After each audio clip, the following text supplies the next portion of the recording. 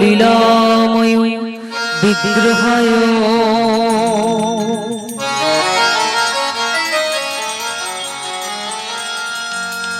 হে নবদ্বীপ ছবি সুন্দরায় তস্মৈ মহাপ্রেম রসপ্রদায়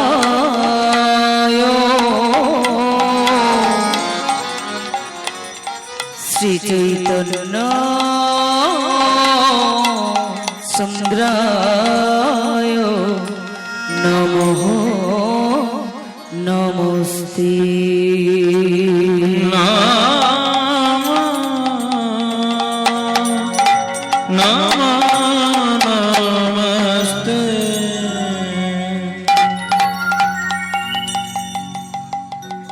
সমবেত আমার পূজ্যস্পাত জয় রাধে হরি বল।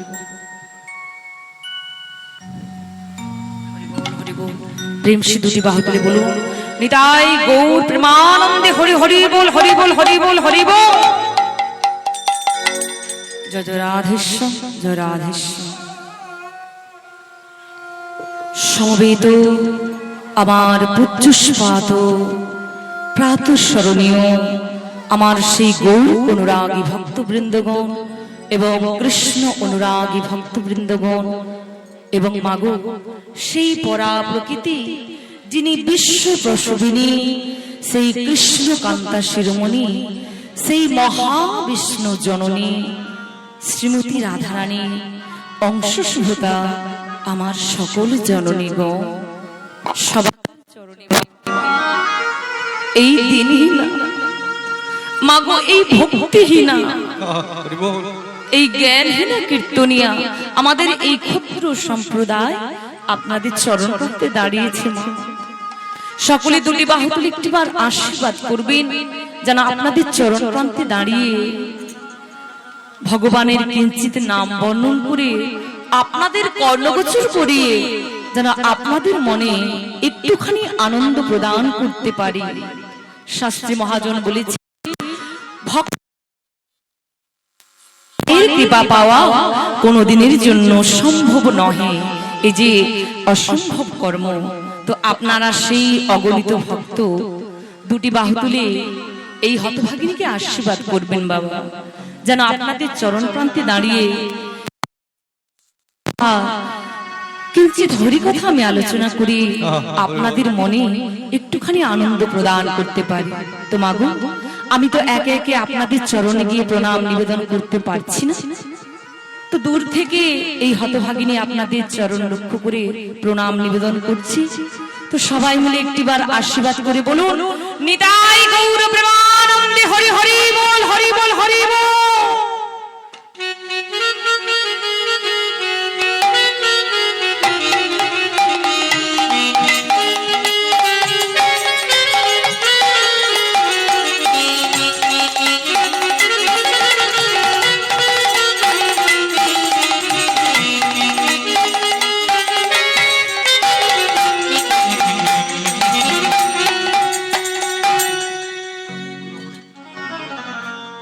হরি হরি বল।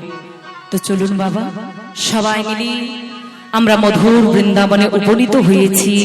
আজকে এই তিথিতে আমরা উপনীত হয়েছি, খুব সুন্দর একটি দিন। ভগবান শ্রীকৃষ্ণের রাস লীলা আজকে উদযাপন হবে। তো ভগবান 16 সহস্র গোপিনীদের সঙ্গে আজ রাসস্থলিতে তিনি সকল গোপিনীদের মনোবাঞ্ছা পূর্ণ করেছিলেন।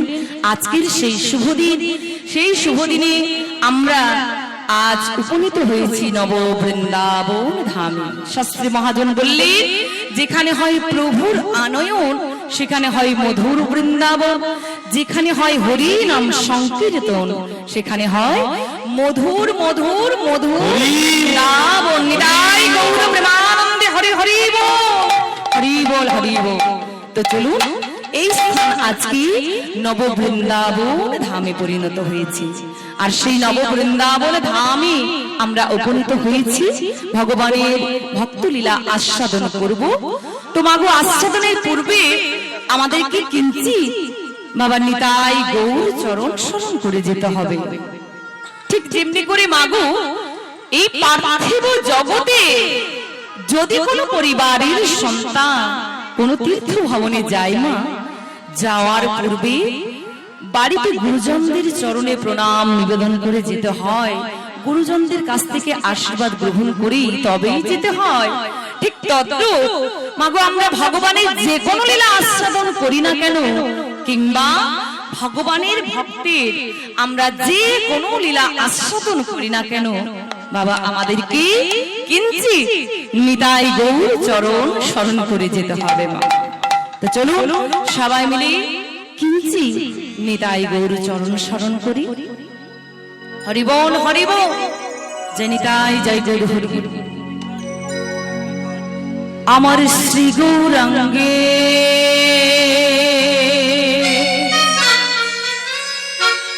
দুটি পাদ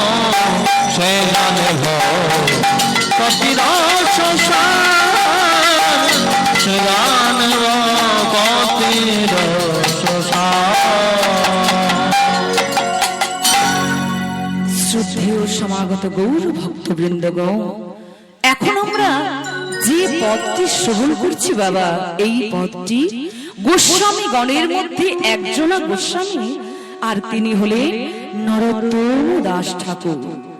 তিনি তার এই পদের মধ্যে কি ব্যাখ্যা দিয়ে গেলেন বাবা, এই কলিহত জীবদের কি শিক্ষা দিয়ে গেলেন মা? বলছেন শ্রী গৌরাঙ্গের দুটি পদ। বলুন না মায়েরা, এই পদ শব্দের সচরাচর অর্থ আমরা কি জানি? হ্যাঁ মায়েরা বলুন না, পদ মানে আমরা জানি কি চরণ, তাই তো? তো এই পদ শব্দের অন্য অর্থও রয়েছে মা। আমরা প্রতিনিয়ত শ্রবণ করছি মা যে বিভিন্ন মন্ত্রী পদ রয়েছে, আর সেগুলো কি না খাদ্য মন্ত্রী পদ, শিক্ষা মন্ত্রী পদ, এইভাবে আরো আরো অনেক ধরনের মাগো মন্ত্রী পদ রয়েছে।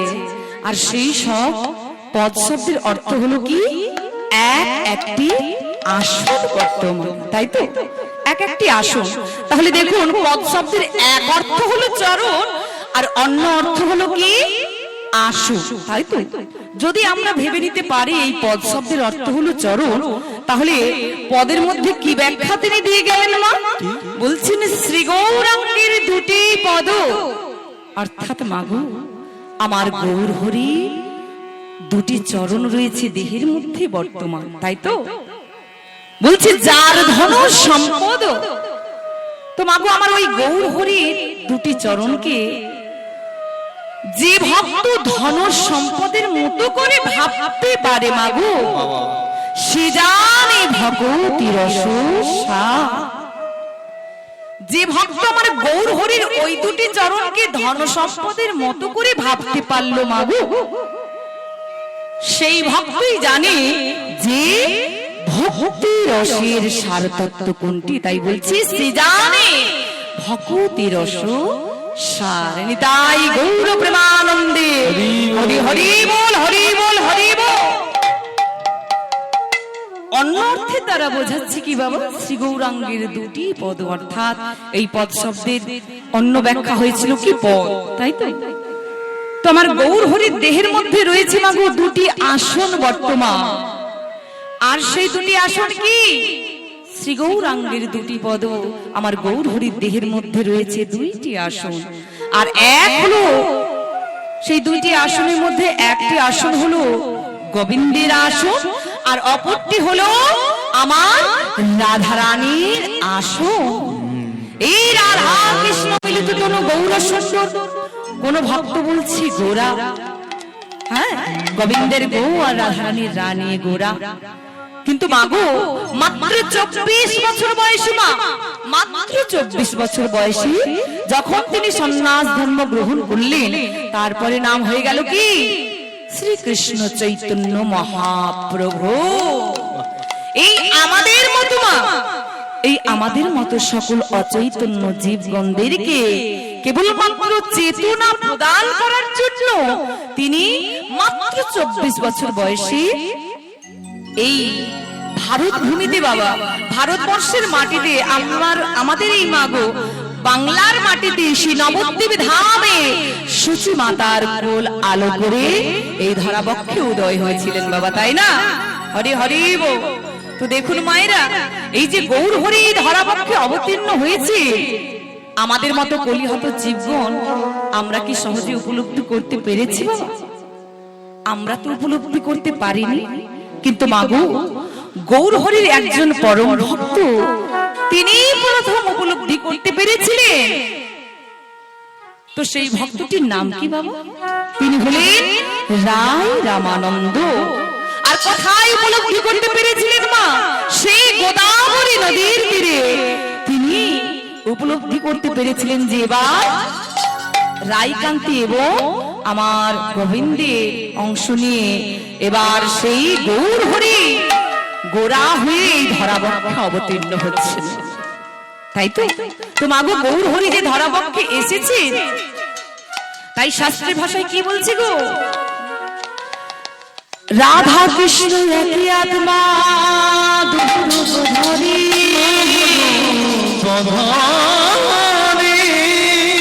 অনন্য বিলাসীরা আসারা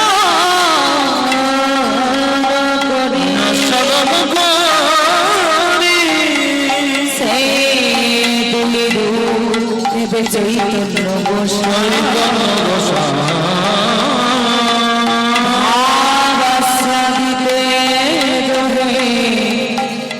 মেলা এক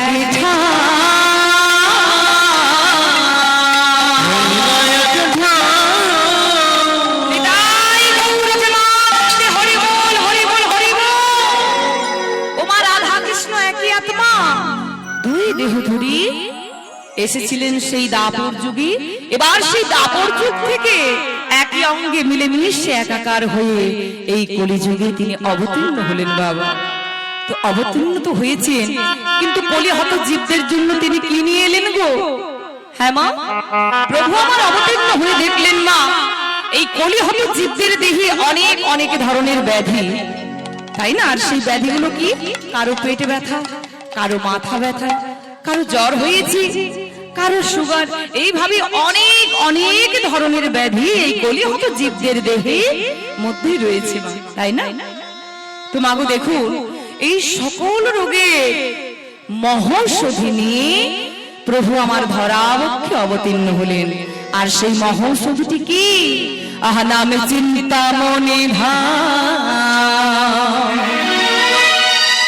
এই নাম মহৌষধি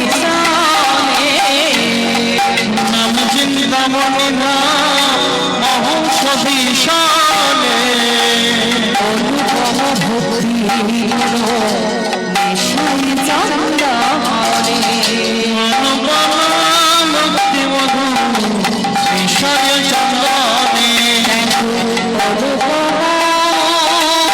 ভক্তি মধু নেশায় চন্দনে অনুপম ভক্তি মধু নেশায় চন্দনে। ওমা এবার গৌ অবতরী হয়ে এবার এই ধরার ধামে মা গো অবতীর্ণ হলেন। হ্যাঁ, গৌর হরি হয়ে এসেছেন ধরাবক্ষে। নাম রূপী মহৌষধি এবার সকল জীবদের কর্ণে প্রদান করে পতিত পাবন সকল জীবদের তিনি উদ্ধার করবেন বলে এই ধরাবক্ষে নেমে এলেন মা। তো মা গো গৌর হরি যে নামরূপী মহৌষধি এনেছে, এই নামরূপী মহৌষধি কোন ভক্তের দেহে ভালো কাজ হয়? বলছে যে ভক্তের দেহে 5টি নেই বর্তমান থাকে, সেই ভক্তের দেহে এই গৌর হরি আনা যে মহৌষধি খানা খুব ভালো কাজ হয়। আর সেই 5টি নেই কি? বলছে নিঃস্বার্থ, নিষ্কাম, নিরঅহংকার আর নির্লোভ, নিষ্পাপ। ওমা এই 5টি নেই যদি কোনো ভক্তের দেহের মধ্যে বর্তমান থাকে, তাহলে ওই গৌর হরি যে মহৌষধি খানা এই ধরাবক্ষে নিয়ে এসেছে, ওই মহৌষধি সেই ভক্তের দেহে খুব ভালো কাজ হবে বাবা। হরি বল। তোমাকে দেখো এবার গৌর হরি আমার এইভাবে ধরাবক্ষে মাগো কত কত না লীলা প্রকাশ করছেন, তাই না? তাই মহাজন বলছি সেই গৌর হরির রূপের কথা এক বদনে মাগো আমরা কলিহত মানুষ এই তুচ্ছ বদনে কতটুকুই বর্ণন করতে পারি মা। মহাজন কি বললেন? মহেশ্বরী ছিল বাবা 5 বদন, তাই আরেক নাম হলো পঞ্চানন। ওই 5 বদনে আমার গৌর হরি ওই অনন্ত অনন্ত লীলা করে গেছেন। সেই লীলার কথা, গৌর হরির রূপের কথা, গুণের কথা বর্ণনা করেও তারা শেষ করতে পারলেন না। এমনকি চতুর্মুখ ব্রহ্মা 4 বদনে বর্ণনা করেও তিনি শেষ করতে পারলেন না। এমনকি নারদ মুনি ইন্দ্র কেউ পারল না। কিন্তু মাগো তাদের কাছে আমরা তো নিমিত্ত মাত্র, কতটুকুই বর্ণন করতে পারি মা।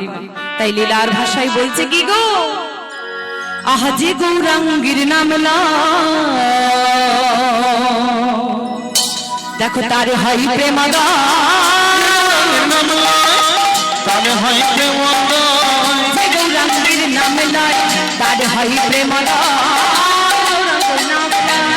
তার হয় প্রেমাদা, তারে যাই বলিহারি বলিহারি বলিহারি, তারে মুই যাই বলিহারি বলিহারি বলিহারি। আবার গৃহীতে বাবা গৌরাঙ্গ বলি না, গৌরাঙ্গ বলে আজি নরোত্তম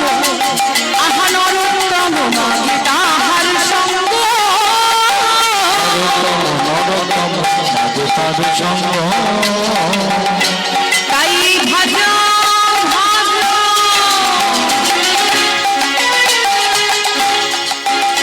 তোমরা নিতাই ভাজো তোমরা ভজ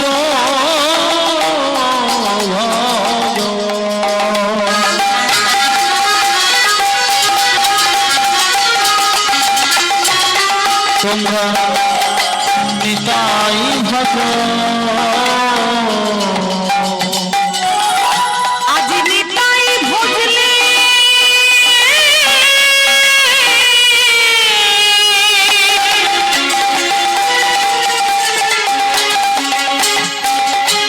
ভজলে গৌর পাবে তোমরা ভজ ভজ নিতাই ভজ নিতাই ভজলে গৌর পাবি আজি গৌর ভজলে ভজে যাবে নিতাই ভজলে গৌর পাবি গৌর ভজলে ভজে যাবে নিতাই ভজলে গৌর পাবি গৌর ভজলে ভজে যাবে নিতাই ভজলে গৌর পাবি ভজ নিতাই ভজ নরতম মাঝে তার সঙ্গ নরতম মাঝে তার সঙ্গ তাই ভজ ভজ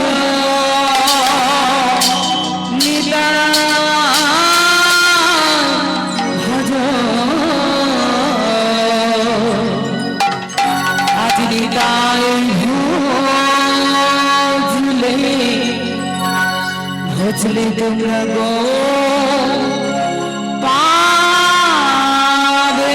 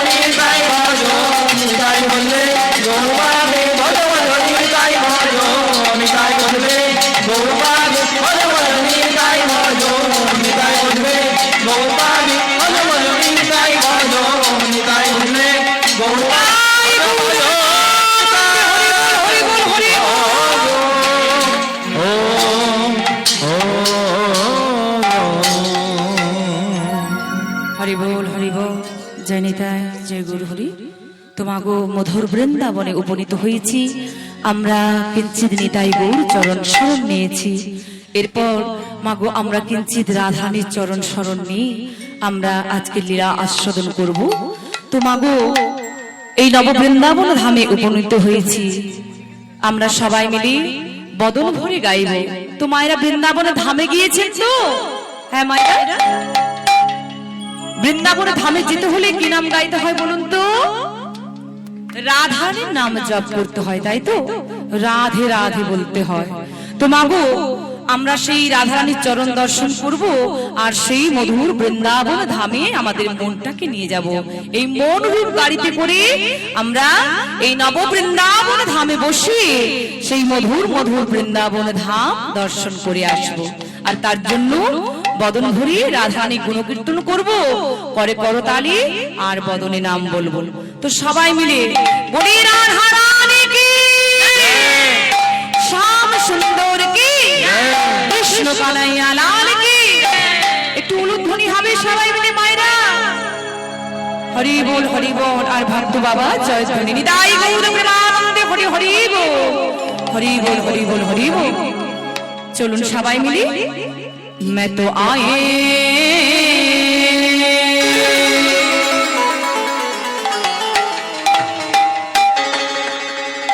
मैं तो आई वृंदावनी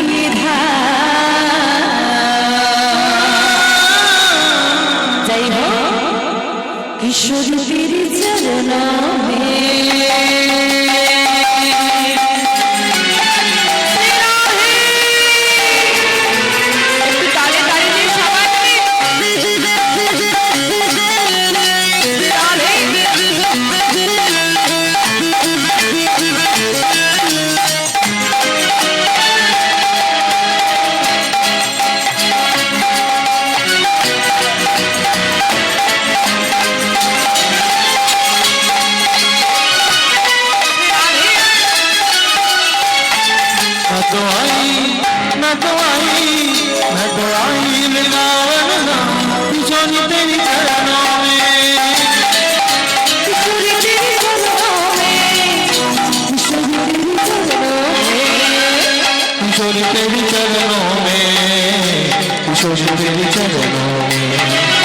किशोरी तेरी चरणों में, किशोरी तेरी चरणों में मैं दुआई, मैं दुआई, मैं दुआई।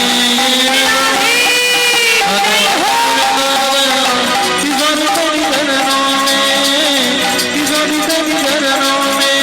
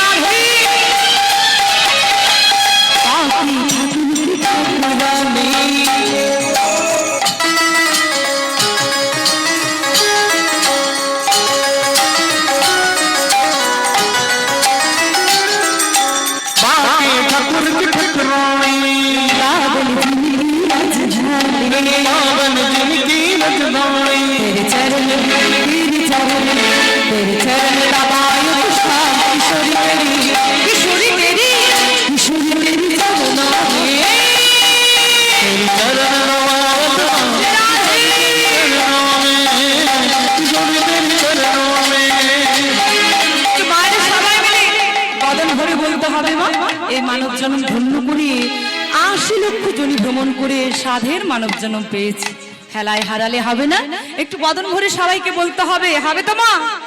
হ্যাঁ, বলো রাধে রাধে রাধে রাধে রাধে রাধে বল, রাধে রাধে রাধে রাধে রাধে রাধে বল। শোনা যাচ্ছে না, বলুন বলুন সবাই মিলে হরি বল। পেছনে দিকে আমার মায়েরা সবাই মিলে লজ্জা ত্যাগ করি মাগো, আজকের দিনে অন্তত আজকের দিনে একটু করে করতালি দিয়ে সবাই মিলে আমরা বলতে পারি না? বলুন না মা, বলো রাধে রাধে রাধে রাধে রাধে রাধে বল, রাধে রাধে রাধে রাধে রাধে রাধে বল। রাধে রাধে রাধে রাধে রাধে রাধে এই তো।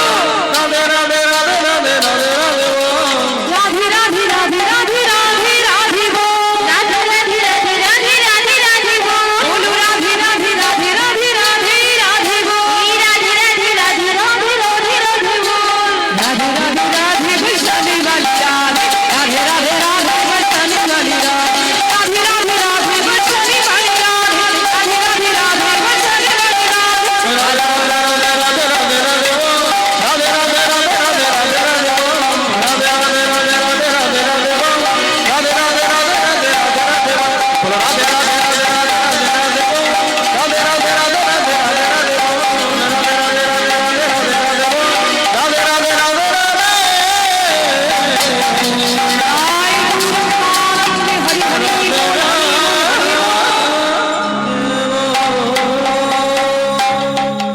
जय राधे श्याम, जय राधे श्याम, बोली राधा रानी की, श्याम सुंदर की, बांके बिहारी लाल की, कृष्ण कन्हैया लाल की, विदाई गौर प्रेमानंद, हरि हरि बोल, हरि बोल, हरि बोल। जय जय राधे श्याम, जय राधे श्याम, हरि हरि। তো চলুন মায়েরা সবাই মিলে মধুর বৃন্দাবনে বসে আমরা কিঞ্চিত রাধারানীর চরণ শরণ নিয়েছি। এরপর আমরা এই বৃন্দাবনে বসে আমরা আজ ভগবানের পরম ভক্তির কথা আস্বাদন করব বাবা। তো আপনারা অনেক ভক্তের কথা আস্বাদন করেছেন, অনেক ভগবানের লীলা আস্বাদন করেছেন। আজ আমার হৃদয় চিত্তে বসে দয়াল গুরুদেব আপনাদের সামনে যে লীলাখানি পরিবেশন করবেন বাবা, সেই লীলার নাম হলো বিষ্ণুপুরের মদন মোহন। বিষ্ণুপুরের মদন মোহন সেই বাঁকুড়া জেলায় বিষ্ণুপুর অঞ্চলে যে মদন মোহনের বিগ্রহ প্রতিষ্ঠিত হয়েছিল এবং কোন ভক্তের হাত ধরে ওই বিগ্রহ ওই বাঁকুড়া জেলার বিষ্ণুপুরে এসেছিলেন, সেই লীলার তথ্য কি সবাই আমরা আস্বাদন করব। হরি হরি বল। তো চলুন সবাই মিলে আস্বাদন করি। নিতাই গৌর প্রেমানন্দে হরি হরি বল, হরি বল, হরি বল। তাই মাগো লীলার ভাষায় বলছি কি, আহা বিষ্ণুপুরে ছিল না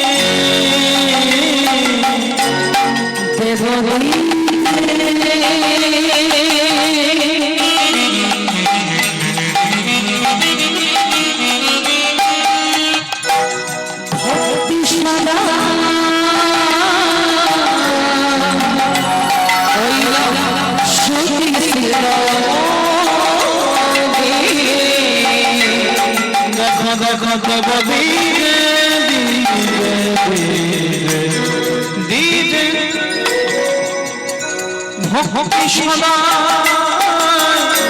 সতী শিরোমণি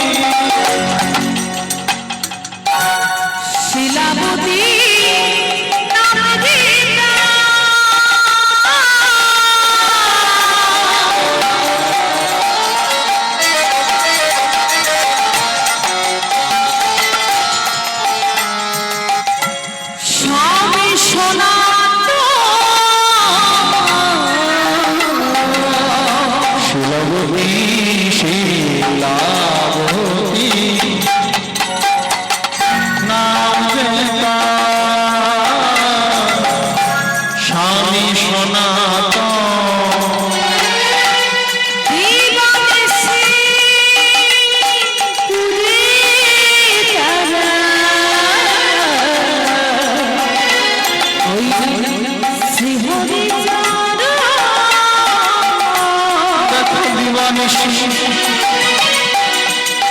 তারা কৃষ্ণ বিনা কিছু জানে না।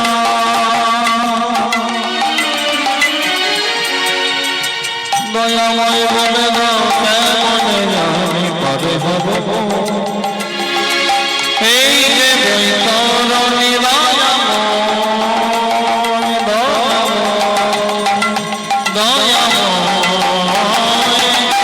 দিবানিশি তুজা শ্রীহরি চরণ সদাই কৃষ্ণ কৃষ্ণ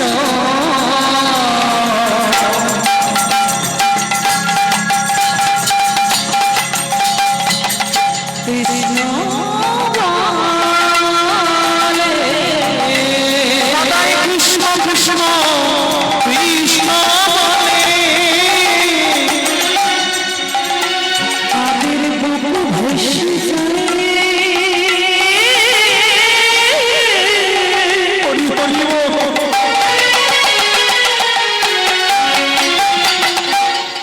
ভেসে যায় দুটি নয়ন জলে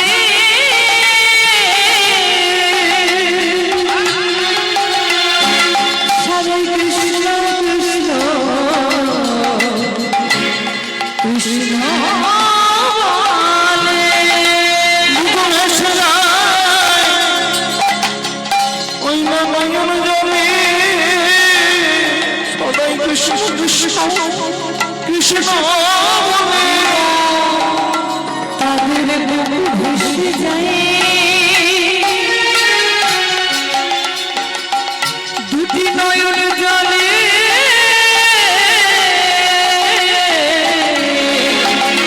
গোবিন্দ তোমার হলাম বলে তোমার হলাম বলে গোবিন্দ তোমার হলাম বলে কৃষ্ণ কৃষ্ণ কৃষ্ণ বলে সর্বদা বলে বলে সুদামা খানার নাম সর্বদা বলে বলে সুদামা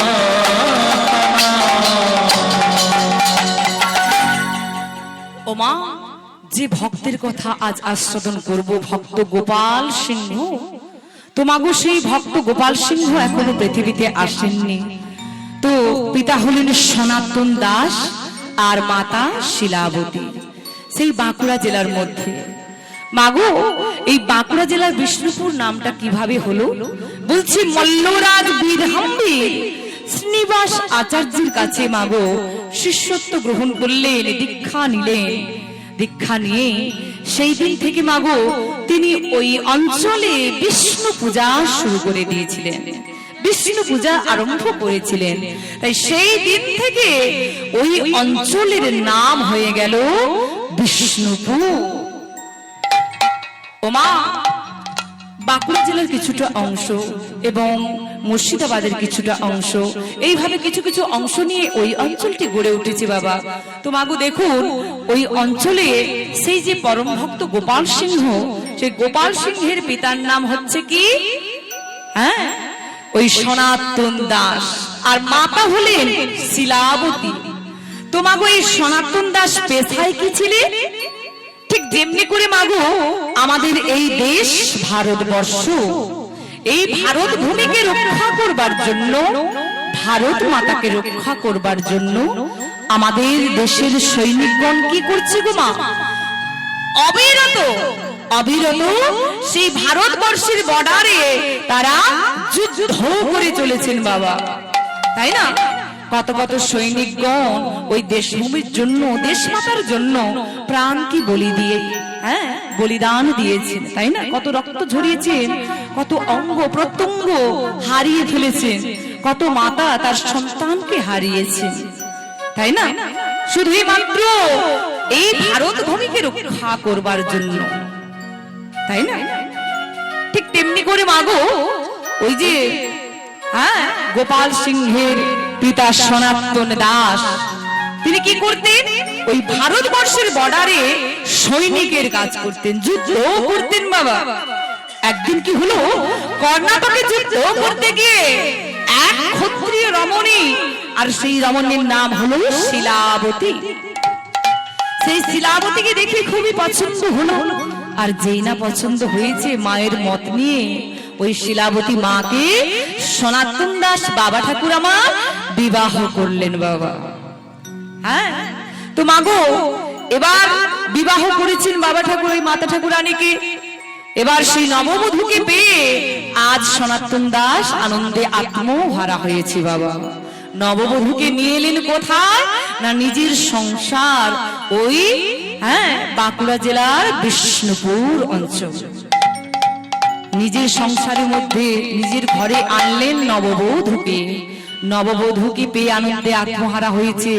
তাই কথায় বলে না বাবা, সংসার সুখের হয় রমণীর গুণে, আর মধুমাতাল স্বামী যদি থাকে মায়ের সনে। হরি হরি বল।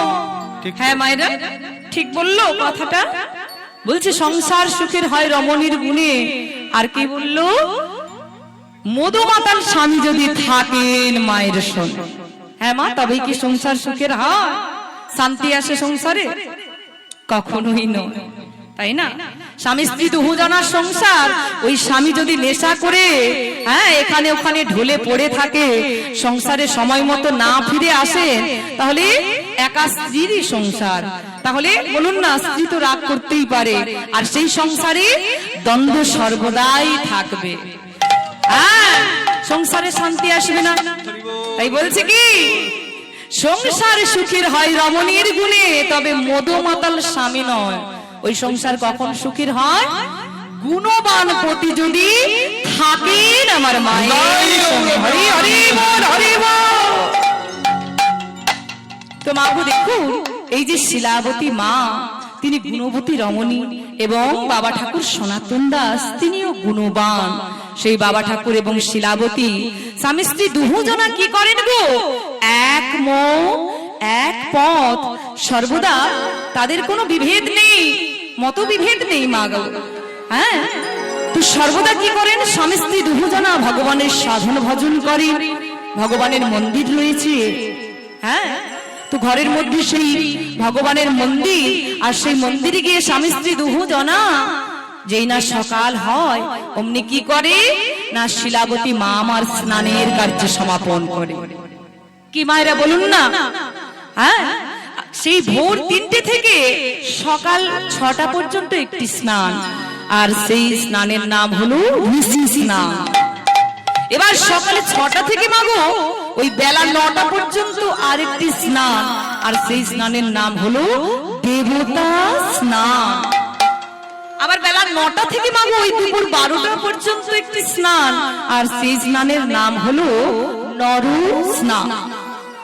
আবার সেই দুপুর 12টা থেকে বেলা 3টে পর্যন্ত মাগো আরেকটি স্নান, সেটা হলো আসুরি স্নান। হরি বল। তো মাগো দেখো, এই শিলাবতী মা আমার কি করে না, সেই সকাল বেলাতে স্নানের কার্য সমাপন করে ভগবানের মন্দিরে প্রবেশ করে। মাগো প্রথমত মন্দিরে প্রবেশ করে ভগবানকে জাগানো, হ্যাঁ, বাসন পাসন ধুয়ে ফুল তুলসী চয়ন করে, এবার গোবিন্দকে পুজো করে এবং ভগবানকে সেবা দেয়।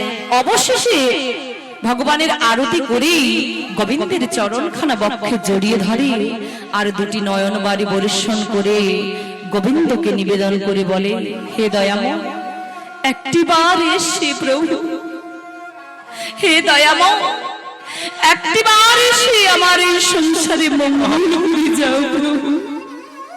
হে মঙ্গল মা, তুমি ছাড়া তোমার এই ভক্তি কে আর আছে বলো প্রভু।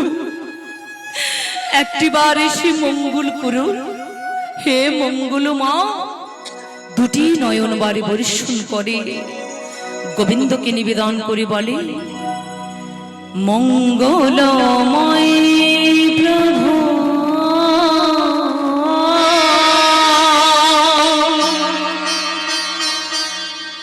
ওগো প্রভু নারায়ণ,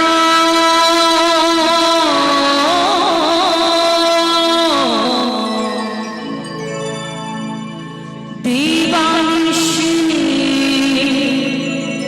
তোমারে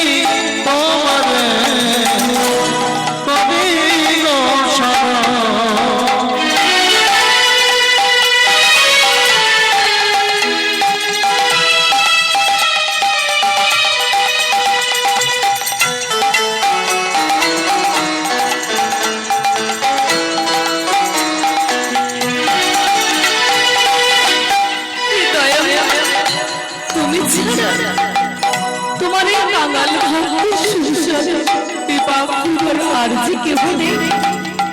আর তোমার এই ভক্তি তোমাকে দেওয়ার মতো যে বেশি কিছু নেই।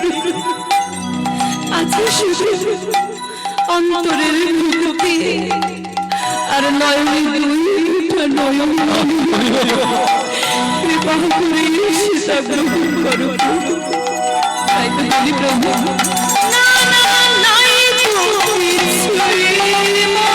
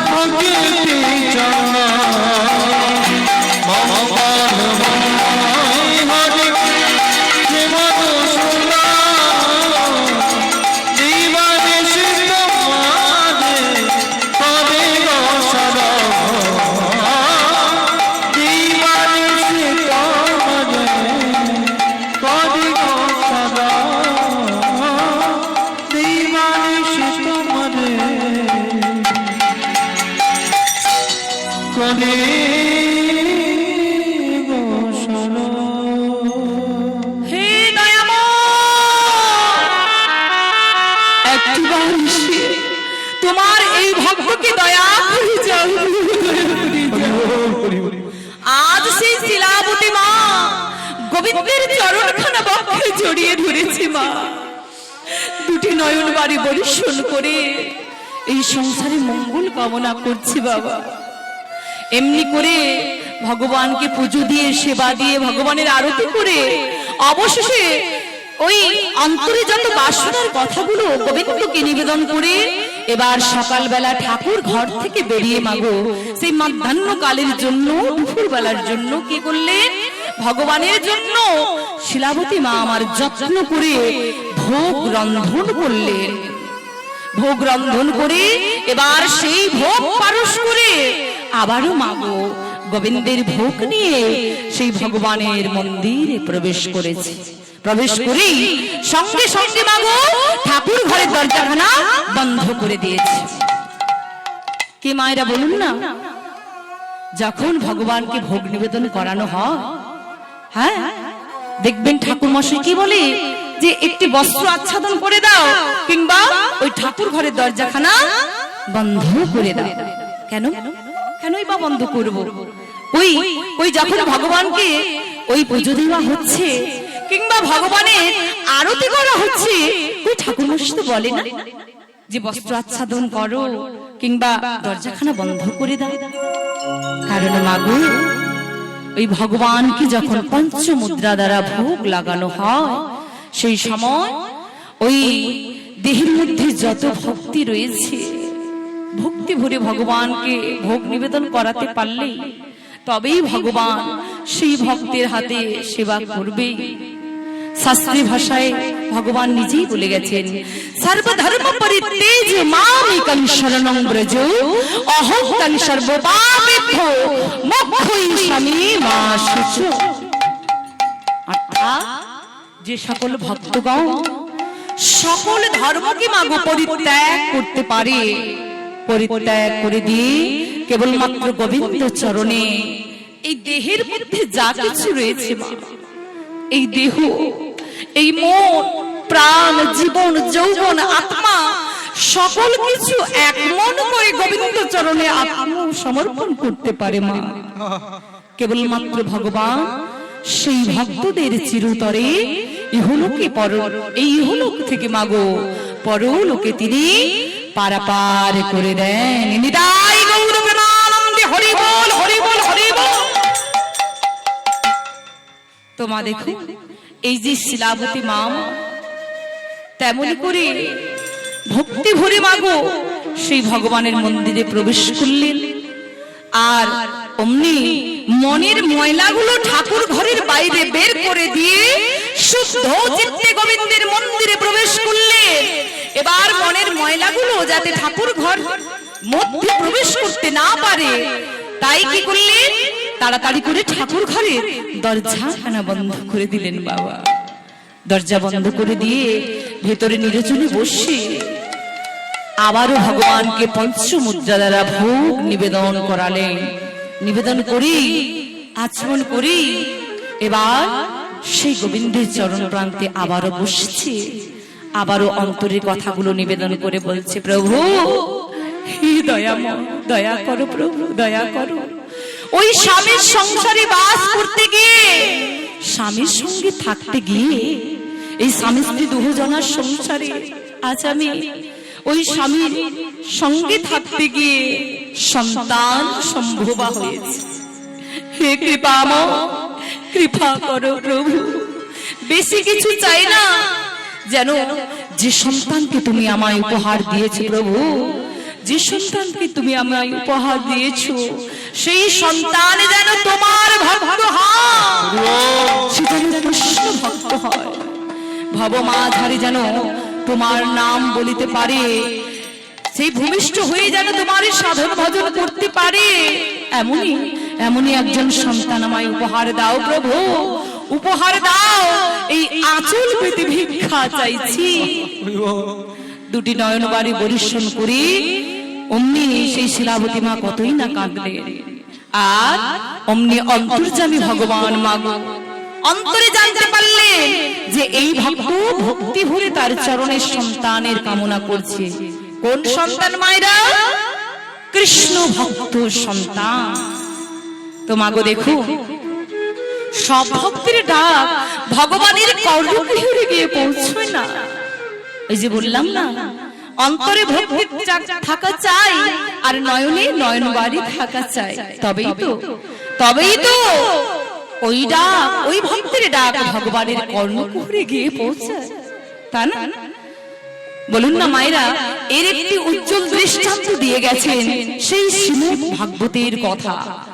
বলুন না মায়েরা, যেদিন সেই বনের পশু হাতি ওই জলের কুম্ভীরের সঙ্গে মাগো যুদ্ধ করে আর পারছে না, আর সেই দিন কি হয়েছিল, ওই বনের পশু হাতি ভগবানের ভক্ত, তিনি আর দেরি করলেন না, ওমা সুন্দর করে একটি পদ্ম ফুল নিয়ে প্রাণ গোবিন্দের চরণ শরণাগত হয়েছিলেন বাবা। অমনি যেই নাম রূপসুন্দরী চরণ শরণাগত হলেন, অমনি অন্তর্যামী ভগবান আমার অন্তরে জানতে পারলেন। তাই আর বিলম্ব করলেন না। ভগবান কি করলেন গো, ওই সুদর্শন চক্রকে আহ্বান করে ওই জলের কুম্ভীরকে বধ করে মাগো বনের পশু হাতি নিজের ভক্তকে কিভাবে উদ্ধার করেছিলেন মা। হৃদয় গৌর প্রেমানন্দে হরি বল, হরি বল, হরি বল। তো ভগবান নিজের ভক্তকে উদ্ধার করেছিলেন এইভাবে। বলুন না, আরেকটি উজ্জ্বল দৃষ্টান্ত দিয়েছেন। হ্যাঁ মা, ভগবান ভক্তির জন্য কি না করতে পারে, নিজের প্রতিজ্ঞাটুকু তিনি ভঙ্গ করতে দ্বিধাবোধ করেন না। আর এর একটি উজ্জ্বল দৃষ্টান্ত দিয়ে গেছেন বাবা। হ্যাঁ বলুন না, আমাদের সকলেরই জানা। হ্যাঁ তবু একটু মনে করিয়ে দিই মা। ওমা সেই মাধাই যেদিন নিত্যানন্দের কপালে ওই কলসের কণা মেরে মাগো রক্ত ঝরিয়েছিল, সেই দিন আমার গৌর হরি প্রভু আমার কি করেছিলেন, প্রধানিত হয়ে মাগো সুদর্শন চক্রকে আহ্বান করেছিলেন।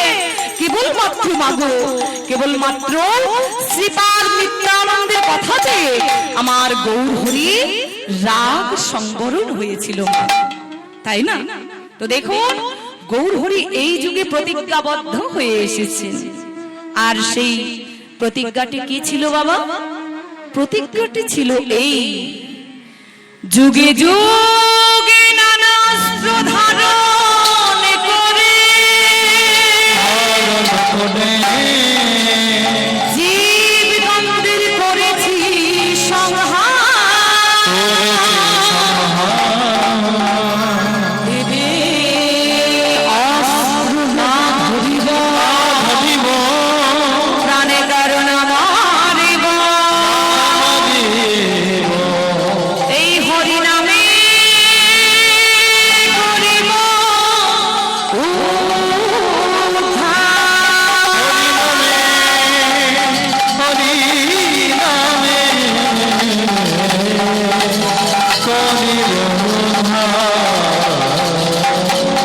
নিতাই গৌর প্রেমানন্দে হরি হরি বল হরি বল। ও মা, আমার গৌর হরি এই কলিযুগের অবতারী হয়ে এসেছেন একটি প্রতিজ্ঞাবদ্ধ, আর সেটা কি না এই কলিযুগে তিনি কোনো অস্ত্র ধারণ করবেন না মা। হ্যাঁ, নানা যুগে আরো সত্য ত্রেতা দাপর এই তিন যুগে নানা অস্ত্র ধারণ করেছি, জীবদেরকে সংহার করেছেন, কিভাবে উদ্ধার করেছেন বিভিন্ন দৈত্য দানবদের হাত থেকে, সেই দৈত্য দানবকে বধ করে ভগবান আরো তিন যুগে এইভাবে ভক্তদের উদ্ধার করে গেলেন বাবা। কিন্তু এই কলিযুগে তিনি প্রতিজ্ঞাবদ্ধ হয়ে এলেন, আর সেই প্রতিজ্ঞাটি কি? কোনো অস্ত্র ধারণ করবেন না। গৌরহরি এটা প্রতিজ্ঞাবদ্ধ হয়ে এসেছেন মা। কিন্তু ওই দিন কেবলমাত্র ওই অস্ত্রকে আহ্বান করেছিলেন, সুদর্শন চক্রকে আহ্বান করেছিলেন, যেদিন ওই মাধাই নিত্যানন্দে কপালে কলসের কোনা মেরে মাগো রক্ত ঝরিয়েছিল। তোমাগো সেই দিন কেবলমাত্র শ্রীপাদ নিত্যানন্দের কথাতে, দাদা নিত্যানন্দের কথাতে প্রভুর রাগ সংবরণ হয়েছিল। তো দেখুন, ভক্তির জন্য ভগবান কি না করতে পারেন, নিজের প্রতিজ্ঞাটুকু ভঙ্গ করতে মাগো তিনি দ্বিধাবোধ করলেন না। ঠিক তেমনই মাগো এই যে শিলাবতী মা আমার ঠিক সেই অন্তরে ভক্তি আর নয়নে নয়নবারে বরিশন করে চাইছেন কি? এই আঁচল বেঁধে ভিক্ষা চাইছে কি মা? একজন কৃষ্ণ ভক্ত সন্তান বলছে, কৃপাময় ওই সন্তানে নিজের জন্য চাইছি না প্রভু, চাইছি কেন জানো প্রভু? যেন সে ভবমাঝারে এসে তোমার নাম বদন ভরে বলতে পারে, তোমার সাধন ভজন করতে পারে। ঠিক এমনই একজন সন্তান আমায় উপহার দাও প্রভু, উপহার দাও। ওই ধন সম্পত্তি সোনা দানা টাকা পয়সা কোনো কিছু নয় প্রভু, কোনো কিছু নয়। এই আঁচল বেঁধে একটি সন্তান ভিক্ষে চাইছি প্রভু, সন্তান ভিক্ষে চাইছি। দুটি নয়ন বাড়ি বরিশন করে মাগো আবারও গোবিন্দের প্রান্তে গিয়ে, সেই চরণ প্রান্তে গিয়ে নিজের অন্তরের কথাগুলো ভগবানকে নিবেদন করে বলছি, হে মাধব, মাধব তুমি ছাড়া এই ভক্তকে দেওয়ার মতো আর কি আছে বলো প্রভু? তুমি তো একমাত্র আমায় সন্তান উপহার দিতে পারো, কৃষ্ণ ভক্ত সন্তান। ওই ধন সম্পত্তি সোনা দানা টাকা পয়সা কোনো কিছু নয় প্রভু, কোনো কিছু না।